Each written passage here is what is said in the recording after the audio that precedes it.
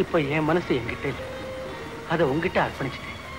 நீயே கட்டி தெரிஞ்சுக்க. பரவாயில்லையே, உங்களுக்கு கூட இப்படி கண்டிப்பா பேச தெரியும்னு இப்பதான் தெரிஞ்சுக்கிட்டேன்.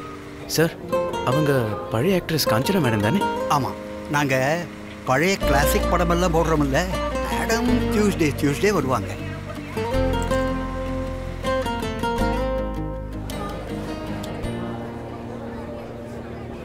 யாரை பார்த்து தெரியுமா?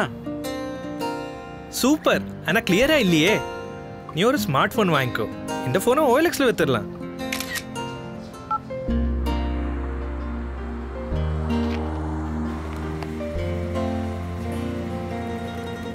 காஞ்சனா மேம், ஒரு போட்டோ.